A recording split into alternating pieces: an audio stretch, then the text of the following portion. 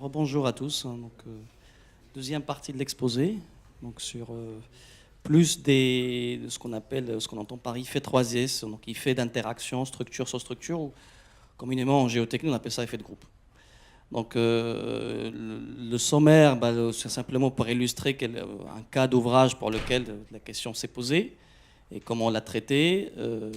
Encore une fois, on reviendra, et là, cette notion que j'avais exposée ce matin sur la matrice souplesse prend encore plus tout son sens. Illustration pour des cas, par exemple, d'ouvrages voisins. Donc là, l'idée, c'est que dans un premier temps, je m'intéressais à des appuis voisins qui interagissent pour un ouvrage unique. Et puis, on peut aussi avoir des ouvrages voisins qui interagissent, donc déjà en conditions statiques. Et puis, sous séisme, j'ai choisi de mettre l'accent un peu sur un point qui est souvent négligé dans la conception des pieux, donc l'effet de groupe dynamique. Alors, pour illustrer donc, ces effets d'interaction structure sur structure, ça veut dire que c'est la fondation qui est chargée, qui communique avec sa voisine. Donc, le cas que je vous invite à regarder, c'est une dalle de couverture qui est déjà exécutée, donc de voies ferroviaires existantes. Donc en vue en plan, ça fait ça. Donc on a les voies, c'est le RERC. Et l'idée, c'est de les couvrir et on gagne un quartier, donc des voiries, des immeubles à terme. Et vue en coupe, ça ressemble à ça. Donc en fait, on a une descente de charge significative. Donc l'idée, c'est de porter quelque chose qui peut aller jusqu'à R plus 17. Donc on a 17 tonnes par mètre carré. Le niveau, c'est 41. Et puis les voies SNCF, c'est 34. Les points d'appui sont positionnés à des endroits bien précis, donc ce qui fait que les portées sont significatives quand on regarde vue en plan. Donc ça fait des points d'appui qui sont espacés de quelque chose de l'ordre de 15 à 18 mètres. Voilà, et sachant que chaque point d'appui, c'est un doublé ou un triplet de barrettes ou de pieux, etc., en fonction des contraintes d'accès, de la charge à reprendre. Alors, vue en coupe, on a quelque chose, c'est la stratigraphie typique de bassin parisien. Donc, on a des alluvions modernes en partie supérieure, des alluvions anciennes qui apportent du frottement. Donc, l'élément de fondation, on avait dit, ce que je disais, c'est que c'est un élément de fondation profond. Et l'horizon porteur, c'est le calcaire grossier en épaisseur. Donc là, c'est quelque chose qui fait une dizaine de mètres d'épaisseur. Et sous le calcaire grossier, on retrouve quelque chose, une formation sparnassienne. Donc on a des fausses glaises en épaisseur variable entre 10 et 20 mètres. Donc là aussi, c'est des argiles raides, donc pression limite de l'ordre de 1 à 2 MPa entre le toit et la base. Et donc quand on regarde le comportement d'un appui isolé, donc déjà en termes de capacité portante, il n'y a aucun souci, mais en termes de tassement, on se rend compte, finalement, si on applique les formalismes usuels de type Franck-Ezao, on va aboutir à quelque chose qui est de l'ordre de 5 mm, qui est lié, on va dire, au comportement propre de la barrette ou de la fondation. Et puis, quand on regarde, on ramène la charge qui arrive là et on la ramène au toit de cette couche inférieure avec le bon module, on arrive à 1,5 cm. Donc, ça veut dire finalement on a 2 cm de tassement par appui dont 75% sont liés à la couche profonde. Alors, cette dalle de calcaire, au fait, elle joue son rôle d'effet de dalle, donc il va être implicitement pris en compte dans le choix de ce alpha-là, donc la pente de diffusion. Donc ça, c'est l'effet bénéfique. Donc ça limite le poinçonnement de cette couche de fausse glaise, mais ça, il y a un effet, on va dire, antagoniste, c'est qu'au fait, ça facilite les interactions. Donc vous imaginez un radier, au fait, finalement, si vous mettez la fondation ou la charge directement sur le sol, elle poinçonne. Si vous la mettez sur le radier, elle tient, mais finalement, ça fait interagir beaucoup plus facilement avec la charge voisine. Donc on peut essayer de voir, finalement, quand je regarde, effectivement, j'ai un tassement ici de 2 cm, quelle est la propagation de ce tassement, sachant que l'essentiel vient de la couche profonde, quelle est la propagation de tassement sur les appuis voisins. Donc sachant que les appuis suivants, il est à 18 mètres, on peut faire ça avec des théories de courbe de transfert qui s'appliquaient pas mal dans le passé, mais qui ont tendance malheureusement à s'oublier.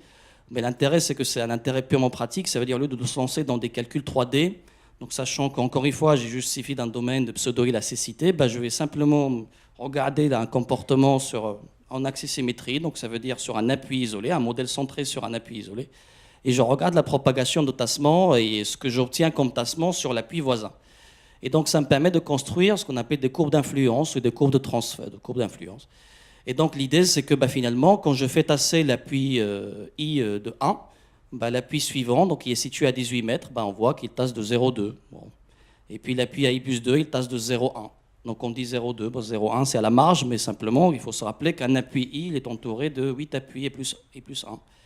Et puis l'appui, pareil, en temps plus, en I plus 2. Donc quand on cumule toutes les interactions qu'on pourrait avoir, ben, en fait, finalement, les 2 cm ou le tassement de départ qui est noté ici S0, sur la base de la descente de charge initiale, on se ramène donc finalement à une amplification qui varie entre 2 et 3. Donc déjà, il y a un concept intéressant, mais ça rejoint un peu tout ce qui avait été exposé ce matin dans les différents exposés. C'est déjà, on va dire, à charge égale, et à stratigraphie égale, à appui égal, ces effets d'interaction, ils font apparaître au fait un effet de bord. Donc ça veut dire que finalement, l'appui périphérique, il tasse moins. Donc il apparaît plus raide. Alors que l'appui central, il reçoit beaucoup plus d'interactions, il apparaît plus souple. Donc on crée au fait un contraste de rigidité qu'on ne devrait théoriquement pas avoir.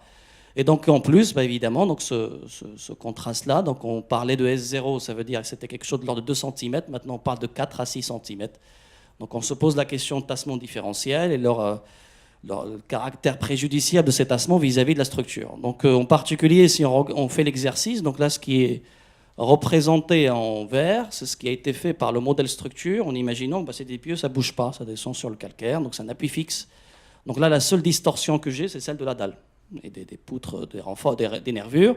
Et en réalité, quand on introduit les raideurs associées à cette première estimation à cette première descente de charge, donc cette première estimation de raideur, on introduit ces raideurs-là, on aboutit au fait à une distorsion qui frôle les 1/3 centième par endroit. Donc, ce qui était jugé comme inacceptable. Donc, ça, là, on va dire la prise en compte de l'ISS, là, en l'occurrence, ça a conduit à ajouter des raidisseurs dans la dalle de manière à passer sur la barre des 1/5 centième. Donc, on a rigidifié la dalle de manière à lisser. Donc, évidemment, ça se ressent la descente de charge. Ce qui est intéressant à observer, c'est que l'appui, ce qui est marqué en bleu là, au fait, c'est la résultante totale de la charge sur la dalle par mètre linéaire. Par exemple, c'est 1050 tonnes par mètre linéaire. Et là, ce qui est marqué en bleu, c'est le pourcentage qui a été repris par fil. Qui était estimé au départ. Donc, en l'occurrence, on avait cette file-là, fil H, qui travaille à 30%. Et on se rend compte maintenant qu'on introduit le fait que, on rend compte du fait que les appuis périphériques sont plus raides. Ils vont concentrer, ils vont absorber un peu, attirer un peu plus de charge. Donc, on a abouti à un lissage, donc quelque chose de l'ordre de 20% en moyenne. Alors, donc ça, on peut dire, c'est l'effet bénéfique, mais ce qui est surtout important à noter, c'est que l'exercice, il s'arrête en toute rigueur pas là. Donc, ça veut dire en toute rigueur, si maintenant je redonne la nouvelle raideur, on va se rendre compte que la descente de charge va encore évoluer. Il y aura au moins minimum 1, 2 ou 3 itérations pour converger. Pourtant, mon système, il est strictement élastique. Donc, le système est linéaire, élastique. Donc, et pourtant, on est en train de se rendre compte qu'il va falloir itérer pour ajuster les valeurs de raideur.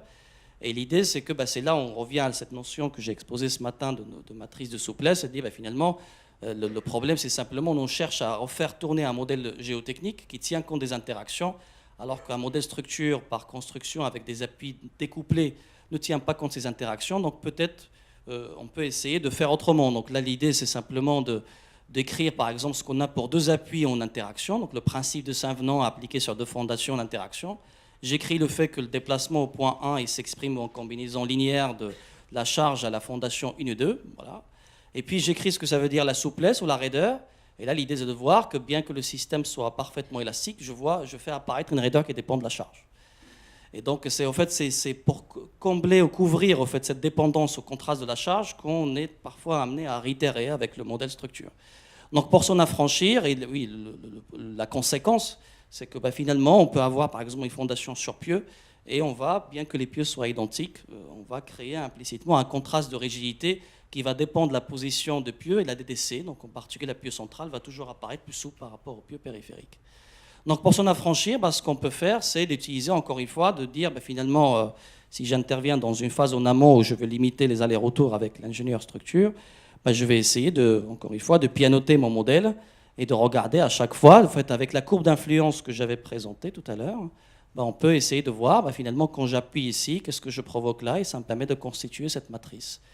Et après, le modèle structure, il est autonome, il permet d'itérer avec cette matrice-là, ou alors il y a des logiciels qui permettent d'intégrer directement celle-ci, auquel cas la question ne se pose pas.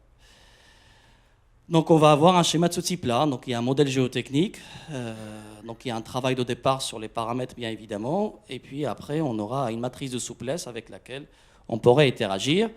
Le modèle de structure il converge dans la mesure où on a une descente de charge entre guillemets définitive, et après on peut revenir vers le géotechnicien pour faire des vérifications géotechniques classiques de type portance, stabilité, etc. Alors cette méthode-là, elle était appliquée sur, je vous illustre un exemple. Donc ça c'est la fondation d'un immeuble de grande hauteur. Donc c'est un projet de tour à la Défense en cours. Et l'idée, c'est la particularité de ce projet, c'est que le système de fondation, c'est un système de fondation par micropieux. Les micropieux, ils visent à ramener la charge à un horizon, on va dire, sain. Et là encore, au fait, cet horizon, on va dire, porteur, en réalité, l'essentiel de tassement, il vient de plus en profondeur, là aussi. Ça facilite les interactions entre les points d'appui, comme ce qu'on vient de voir. Et donc, le modèle géotechnique, en l'occurrence ici, c'est un modèle, on va dire, où les massifs, chaque massif a été homogénéisé. Donc, on a fait un premier calcul pour avoir le comportement d'un micropieux isolé, d'un micropieux en groupe. On définit un module homogénéisé. Ça a produit, donc, au lieu de balancer tous les micropieux, donc on a un certain nombre, dans le modèle 3D, on a mis simplement des motifs homogénéisés. Et en fait, c'est ce modèle-là que je vais venir maintenant pianoter, entre guillemets, pour regarder l'influence de chaque zone d'appui sur l'autre. Donc là, la décomposition qui a été imaginée, c'est 13 zones. Donc, ce sont des empreintes des zones d'appui qui ont été choisies, donc en concertation avec l'ingénieur structure. Et donc, à chaque fois, donc ça veut dire j'ai 13 zones, donc je vais avoir quelque chose d'un 13 calculs en fait. Donc, en fait, on a construit quelque chose qui a cette forme-là. Donc, à chaque fois, l'ingénieur structure, quand il a une charge ici, il est capable de lire le déplacement qui en résulte, tenant compte de l'interaction avec les autres points d'appui. Donc, le schéma encore une fois, le schéma qui a été mis en œuvre, là, le modèle superstructure, c'est un modèle Pythagore. Et puis, le modèle géotechnique, c'est du Foxta, Plaxis. Et ça nous a permis de constituer ça. On a défini la réaction définitive et après, on fait les vérifications géotechniques classiques. Alors, donc ça, c'est des interactions entre points d'appui. On peut aussi avoir des interactions entre ouvrages. Donc, très souvent, dans l'imaginaire des gens, quand on parle d'interaction entre ouvrages voisins, on imagine tout de suite le cas d'un matelas avec dos dormeur et ça converge vers le milieu. Voilà, donc là, c'est le cas extrême. Les deux silos se sont touchés. Mais en fait, en réalité, quand on creuse un peu plus le sujet, on se rend compte que c'est quelque chose qui peut être un peu plus compliqué, surtout quand on a des sols meubles. C'est pour ça qu'on a ce genre de configuration. Et des sols meubles qui se consolident. Donc on peut avoir une notion de phasage qui complique un peu plus l'analyse. Donc le cas que je suis en train de présenter, voilà, donc c'est le cas où j'imagine implicitement que les deux ouvrages chargent en même temps le sol. Donc je pars d'un terrain qui est censé être homogène. Et donc là, effectivement, on aboutit à ce genre de configuration où les deux structures convergent vers la zone d'interaction. Donc il y a un basculement, un tilt vers la zone d'interaction. Donc l'exemple qui est présenté ici, c'est des bâtiments qui sont en radé général, donc 14 mètres de large, 30 mètres de long, dans la direction perpendiculaire au plan. Et puis on regarde l'étude de tassement, on va dire la distorsion de chaque bâtiment traité indépendamment. On aboutit à quelque chose de l'ordre de 3 cm et une distorsion de 1 millième, donc ce qui satisfait les critères. Et puis en réalité, si on traite les deux bâtiments en même temps, on aboutit à un basculement avec 5 cm en amplitude et surtout un 3 centièmes.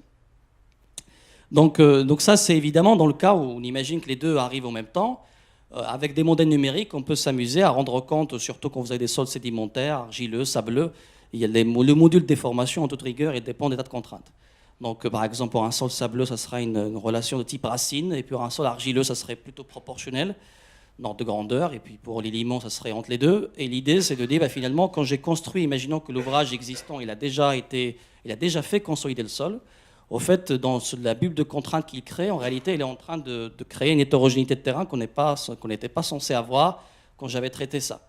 Donc ça veut dire que la zone qui a été consolidée, en réalité, elle va recevoir maintenant un module qui est plus fort. Donc quand je viens réaliser l'ouvrage projeté, l'ouvrage voisin, au fait, ici, j'ai quelque chose de plus raide à gauche et plus mou à droite. Et donc là, ce que j'obtiendrai, en réalité, c'est un basculement vers l'extérieur de la zone d'interaction.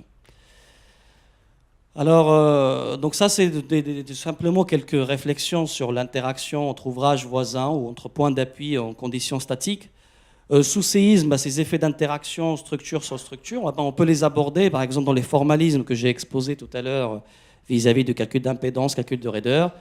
Une façon de faire, ça pourrait être dire, finalement, supposons que j'ai un bâtiment voisin existant, je vais simplement créer dans le modèle une identité ou sa présence dynamique. Donc ça veut dire avec un modèle brochette simplifié, donc qui incorpore une masse, une rigidité, une souplesse. Et à ce moment-là, quand je définis une impédance, j'ai déjà en fait la présence du bâtiment. Une autre façon de faire, ça serait aussi simplement de généraliser un peu ce qu'on avait dit. Donc si on a deux bâtiments, ça serait que 2 points d'appui, donc ça serait une matrice 2 x 2. pour simplifier. Et l'idée, c'est qu'à ce moment-là, au fait, ce qu'on est en train de regarder, ce sont des problèmes de propagation d'ondes et qui vont traduire le fait que ce coefficient d'interaction dynamique, en réalité, c'est un nombre complexe. Donc une partie liée à la raideur et une partie liée à l'amortissement. Donc on peut regarder ce que ça donne. Donc ce genre de théorie est largement développée dans la biographie. Même ce que je trouve regrettable, c'est que ça n'a pas été, la transition, je veux dire, la prise en compte n'a pas été forcément, ça ne s'est pas suffisamment diffusé au fait, dans la pratique. Donc déjà en statique, on estime souvent que l'effet de groupe est absent entre les pieux au-delà de 3 diamètres. En réalité, c'est vis-à-vis de la portance, mais quand on s'intéresse à la déformabilité de la raideur, il y aura toujours un effet de groupe. Et en dynamique, c'est encore plus présent parce qu'une onde, elle finit toujours par arriver sur le pieu d'à côté. Hein. Donc il y aura toujours une interaction. Et donc ce que vous allez voir, c'est que dès qu'on aborde ce sujet-là, on va se rendre compte qu'on était mieux avant. Donc, il y a toujours un effet de groupe et les conséquences, ne sont pas forcément celles qu'on attend. Alors, en prenant le cas, par exemple, de 4 pieux, ils se mêlent sur 4 pieux. Et donc là, je me place dans une hypothèse bien précise qui est celle qui consiste à dire les pieux se déplacent de la même manière. Donc je charge horizontalement et j'imagine que la semelle ne tourne pas, la semelle se translate horizontalement. Donc la rotation est à imposer nulle en tête de chaque pieu et le déplacement étant identique. Et je charge dans la direction X et Y, j'ai un système qui est carré. Et ce qui est intéressant ici, c'est de voir en fait la réponse que j'obtiens en termes de rigidité globale et je la compare par rapport à la somme des rigidités. Donc en traitant chaque pieu séparément dans un contexte dynamique. Et ce qui est intéressant déjà de voir que le A0 que vous voyez ici, en fait, c'est quelque chose qui rend compte de la fréquence de sollicitation. Donc c'est ce qu'on appelle la fréquence adimensionnelle, donc la pulsation, le diamètre du pieu sur Vs. Et puis ce qui est intéressant à voir ici, déjà en statique, ça veut dire qu'en A0 égale à 0, il y a une influence, ça veut dire qu'il y a un effet d'assouplissement. On a 4 pieux, donc là les strax, vous voyez les anthrax, on a 3, 5, 8. En fait, il y a une interaction. Cette interaction, il n'est pas forcément négligeable. Et ce qui est surtout intéressant, c'est de voir, finalement, quand je me place à 3 diamètres, un cas où on considère qu'il n'y a rien à regarder, en fait, il y a un effet d'assouplissement qui est significatif. Ça veut dire ici, par exemple, je suis à 0,1, à 0,10% de la raideur. Et donc ça, c'est sur la raideur. Sur l'amortissement, pareil. Donc ça veut dire que quand on regarde les taux d'amortissement radiatif, je vais avoir quelque chose qui tend en fait à amplifier, voire à réduire. Donc si je suis à haute fréquence dans certaines situations, je vais réduire le taux d'amortissement par rapport à un pieu isolé. Donc ces approches-là, ils sont malheureusement absentes dans les pratiques au quotidien. On peut les aborder pour des cas simples, notamment pour le mode horizontal, parce qu'encore une fois, quand on dit que les horizons qu'on va intéresser sous chargement horizontal sont principalement situés sur les premiers mètres, donc des solutions qui sont dérivées de la théorie de la cité pour un sol homogène et on peut les appliquer. Donc ça permet un peu d'avoir un ordre de grandeur. Et donc c'est des solutions analytiques assez simples. Donc l'exemple que je présente, encore une fois, c'est un exemple rapporté par Alain Pecker. Donc ça c'est le cas d'une fondation sur un grand nombre de pieux par rapport à celui que je viens de traiter à la main. Et donc là on a des pieux qui font 2,2 mètres de diamètre, un anthrax de 2,5 à 3 diamètres. Et donc on regarde, on compare là encore une fois la réponse dynamique, donc en termes d'impédance d'un pieu isolé, je la compare par rapport au pieu en groupe. Et donc en termes de raideur déjà, donc la rigidité, un pieu isolé, ce qui est intéressant, c'est de voir ça. Donc là en abscisse, c'est la fréquence, et là c'est la variation de la raideur. Et là c'est quelque chose qu'on a toujours dit, ça veut dire que pour un pieu, contrairement à une fondation, les effets fréquentiels qu'on a présentés ce matin, ils sont très limités pour un pieu isolé. Mais sauf qu'un pieu, il n'est jamais isolé.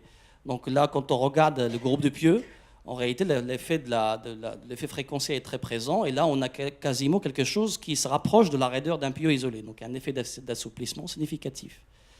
Et pareil, pour le cas de l'amortissement, donc taux d'amortissement limité. Donc, ça, c'est principalement de l'amortissement radiatif pour le cas d'un pieu isolé. Quand on considère le cas d'un groupe de pieux, on a quelque chose qui va beaucoup plus loin. Ce qui nous sauve dans l'analyse, c'est que souvent, évidemment, ça, c'est des analyses élastiques. Quand on va venir charger les pieux, il y aura un certain nombre de mécanismes qui vont se déclencher, en particulier le mécanisme de plasticité qui va calmer un peu cet effet, l'influence de ces effets d'interaction dynamique par rapport à la souplesse que je crée par plasticité implicitement. Voilà, donc je pense que j'ai été rapide. Donc ce qu'il faut retenir, déjà le contraste de rigidité que j'ai illustré sur le premier exemple, qui est implicitement introduit donc, par ces effets d'interaction, de point d'appui par exemple. Intérêt, encore une fois, pratique de cette notion de matrice de souplesse pour un groupe de fondation interaction, donc s'affranchir des itérations et de la dépendance à la descente de charge. influence du phasage sur les mécanismes I3S en 2 ouvrages construits pas nécessairement en même temps, et puis l'importance des effets d'interaction dynamique pour un groupe de pieux. Merci beaucoup, Fad.